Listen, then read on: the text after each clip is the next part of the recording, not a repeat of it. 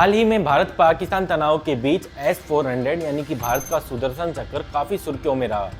पाकिस्तान से आने वाले ड्रोन्स और मिसाइलों को S-400 ने हवा में ही मार डाला, जिसके बाद इसकी चर्चा पूरे देश भर में होने लगी। लोगों के मन में यह जानने की जिज्ञासा होने लगी कि आखिर S-400 कैसे काम करता है और इसकी कार्यप्रणाली क्या है। तो सबसे पहले हम आपको इसके इतिहास के बारे में बता दें कि सबसे पहले ये कहाँ इस्तेमाल हुआ था और भारत ने इसको कब खरीदा। तो 2007 में सबसे पहले ये रसिया की आर्मी में शामिल किया गया था और 2017 में जब पुतिन भारत आए तो 40,000 करोड़ में तब भारत सरकार ने 5 S-400 का पुतिन सरकार से सौदा किया, जो 2020 में भारत को डिलीवर हो गया। इसमें 5 S-400 भारत को मिले हैं, जो 2 पाकिस्तान बॉर्डर पे, 2 चाइना बॉर्डर पे और 1 दिल्ली पे स्थापित किया गया है।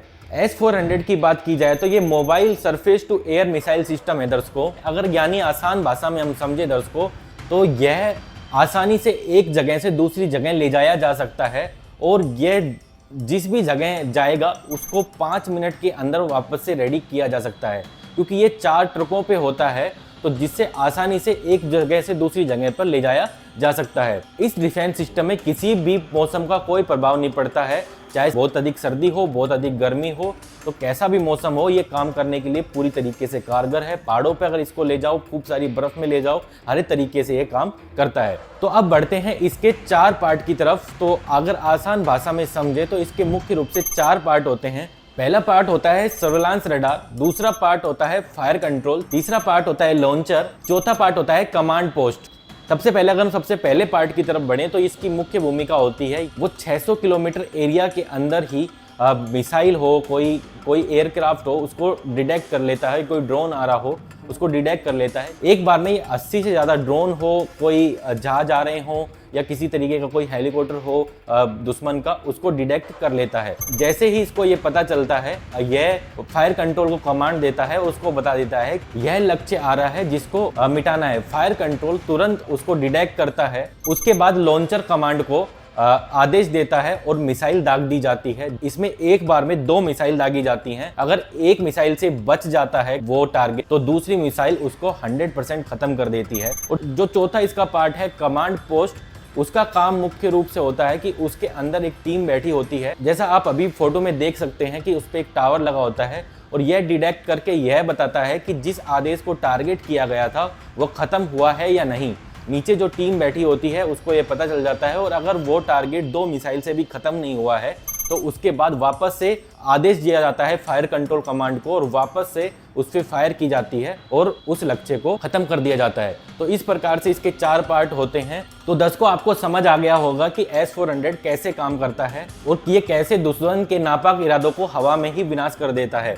अब इसके चारों पार्ट को समझने के बाद हम दर्शकों मुख्य रूप से लॉन्चर पैड की तरफ चलते हैं। लॉन्चर पैड में आपके एक यूनिट में यानी कि एक S-400 यूनिट में टोटल 8 ट्रक होते हैं और 4 ट्रकों की एक यूनिट को एक बैटरी बोला जाता है और 8 ट्रकों की यूनिट को 2 बैटरी बोला जाता है। अगर टेक्निकल भाषा में समझे तो एक S-400 में 2 बैटरियाँ होती हैं।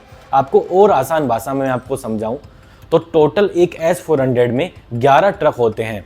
अब आप सोच रहे होंगे 11 ट्रक कैसे होते हैं। तो जो बाकी की जो यूनिट हैं, जिसमें सर्विलांस रडार है या फायर कमांड है या फिर कमांड पोस्ट है, उनके तो एक ही ट्रक होते हैं। लेकिन जो मिसाइल ट्रक है या फिर लॉन्चर ट्रक जो मैं बता रहा हूं आपको, उसके 8 ट्रक होते हैं, क्योंकि मिसाइल अधिक से अधिक आवश्यकता हो सकती है, इसलिए अधिक से अधिक क्षमता इसकी रखी जाती है एक यूनिट के लिए। और मैं अगर आपको एक मिसाइल ट्रक यानी कि एक लॉन्चर के बारे में समझाऊं तो आप जैसे ये फोटो देख पा रहे हैं, एक लॉन्चर की आपको साथ में फोटो दिख रही है। इसमें आपको 4 क्यूब दिख रही होंगी।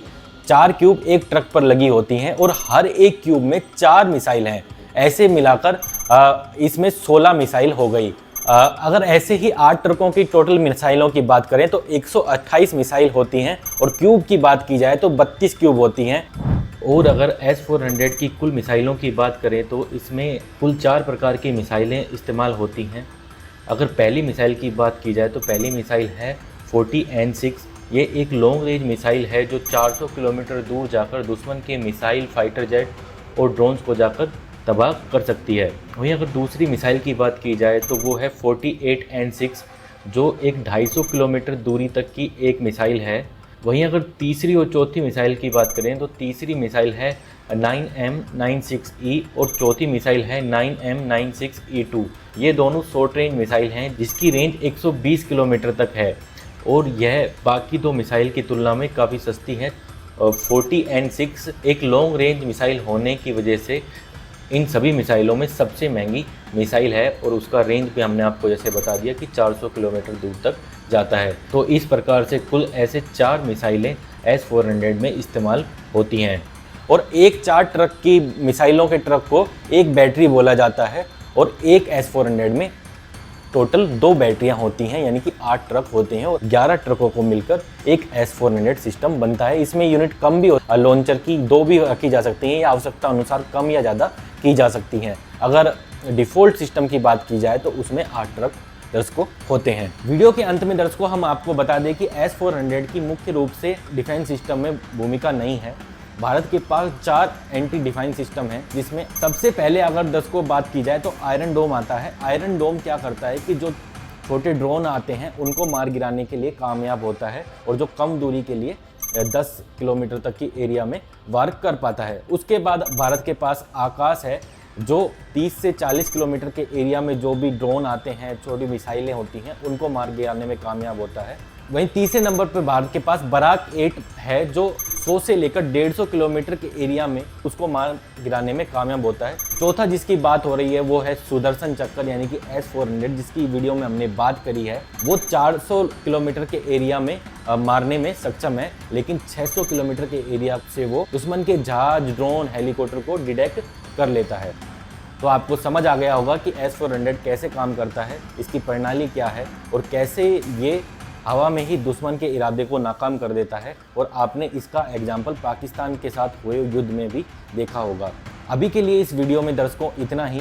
आपको ये वीडियो की जानकारी कैसी लगी, नीचे कमेंट बॉक्स खुला है, उसमें अपनी राय जरूर बताइएगा। और हम उम्मीद करते हैं कि आपको अगर ये वीडियो पसंद आया हो तो वीडियो को लाइक कीजिएगा और आप इस वीडियो की जानकारी अपने तक सीमित नहीं रखेंगे, अपने दोस्तों, परिवारजनों और अपने मित्रों के साथ ज़रूर साझा करेंगे। अभी के लिए इस वीडियो में इतना ही। फिर मिलेंगे ऐसी ही किसी अन्य जानकारी के साथ। तब तक के लिए जय हिंद, जय भारत।